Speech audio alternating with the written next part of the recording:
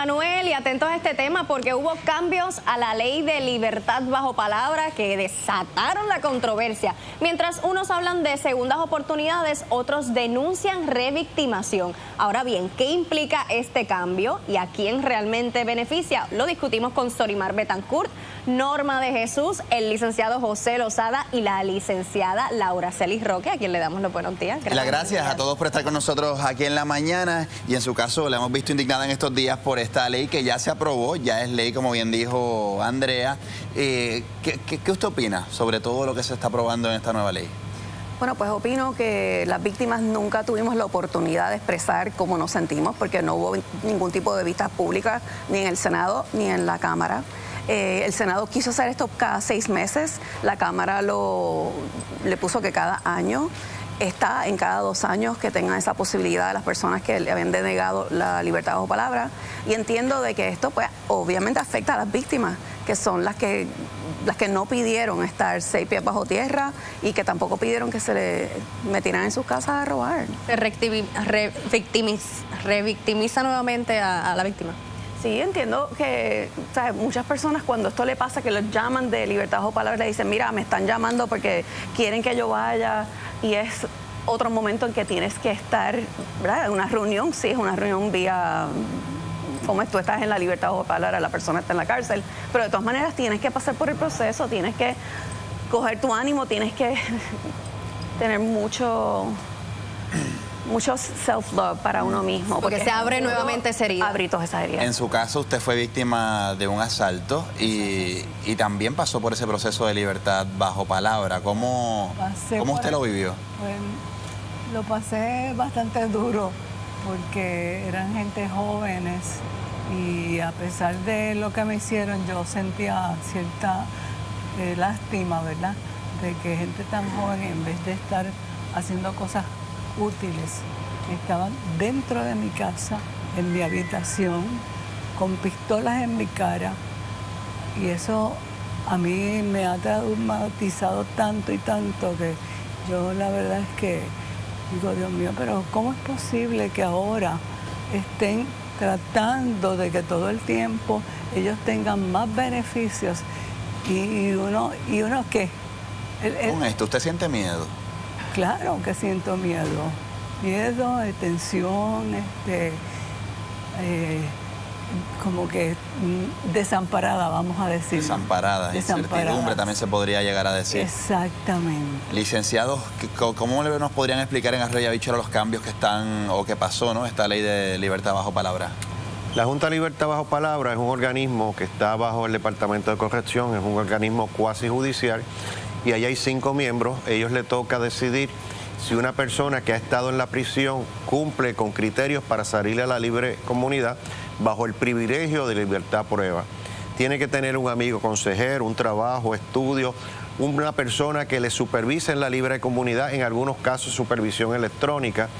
La víctima es escuchada para ese proceso, la víctima puede ir en presencia allí, puede hacerlo mediante videoconferencia o puede hacerlo por escrito, y de igual forma puede hacerlo de manera confidencial, no identificando su dirección ni su teléfono, protegiéndose la víctima de forma tal que sea escuchada.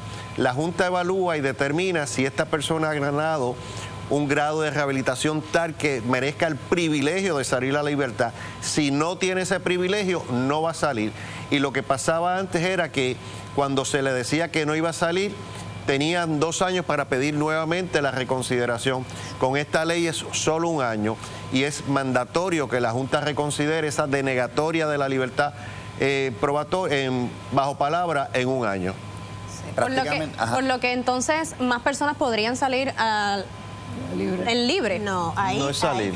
No es salir. Ahí, pues, tomando por donde acabó el licenciado Lozada, ciertamente es un privilegio. Okay. Lo que aquí no cambió nada en cuanto al Estado de Derecho. Lo único que cambió es que en vez de que se les evalúe, una vez se le deniegan en un término de 2 años, o a veces pasaban más años, obligatoriamente tienen que volverlos a evaluar en el término de 1 año. Pero los criterios siguen siendo los mismos. Ciertamente sí puede haber una preocupación para las víctimas en el sentido de que, pues obviamente hay que notificarles, la ley requiere que hay que notificarles, y obviamente pues sí, ese proceso de revictimización, de tener que volver, pues lo van a tener en menos tiempo, pero los criterios no cambian para nada. Como bien dijo el licenciado, la víctima también pasa por un proceso de entrevistas para todo este tema. Es una forma de hacer, a lo mejor, ustedes no sé si lo vean así, de revisitar ese caso todos los años por obligación que a ustedes no les gustaría visitar. Eso es así. A mí me avisaban, sobre todo uno de ellos, el otro nunca solicitó, eran 2 personas. El que solicitó, yo me opuse la primera vez. Esperó el tiempo reglamentario y volvió a solicitar y volví a decir que no. Ahora, ya la tercera, ya yo estaba tan nerviosa y tan cansada y reviviendo cada vez el mismo proceso. Y entonces, pues, hablé con el oficial de probatoria y yo le pedí, por favor, que entonces yo quería saber que él estaba con un trabajo seguro, estaba trabajando, y que se mudara del vecindario donde él vivía y se cambiara de localidad. ¿Y se logró eso, Norma?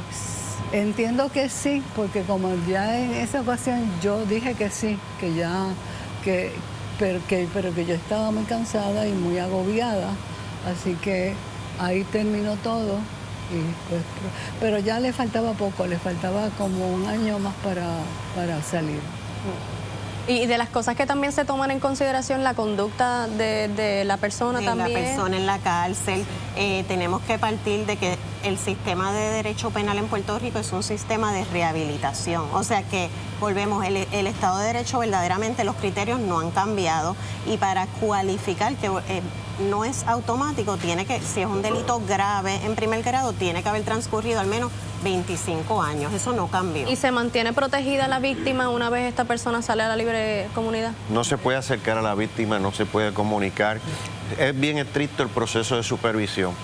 Pueden haber fallas, sabemos que hubo un caso muy notorio donde fallaron, pero en términos generales funciona el programa y las víctimas tienen su voz que es escuchada, y las personas piden, los convictos piden salir bajo palabra, pero la Junta no necesariamente aprueba la salida, porque tienen que cumplir con ese plan de salida de manera estricta, el amigo consejero, el trabajo y la supervisión en comunidad, las pruebas de droga, las visitas que se le dan. Si llegan a visitarlo y no está en la casa en el horario que tiene que estar, se revoca el privilegio de libertad bajo palabra y es ingresado nuevamente a prisión. Sorimar, conocemos su caso, conocemos todo lo que podría implicar, y como bien dijo Norma también, revisitar este caso todos los años. ¿Cuál es su llamado final al Estado? Mi caso es federal, así que con Estefano esto no cuenta, pero sí con muchas otras víctimas. Y por ejemplo con Alba, que yo sí estuve en libertad bajo palabra, fui con ella a la quinta vista que le dieron en 1 año y medio.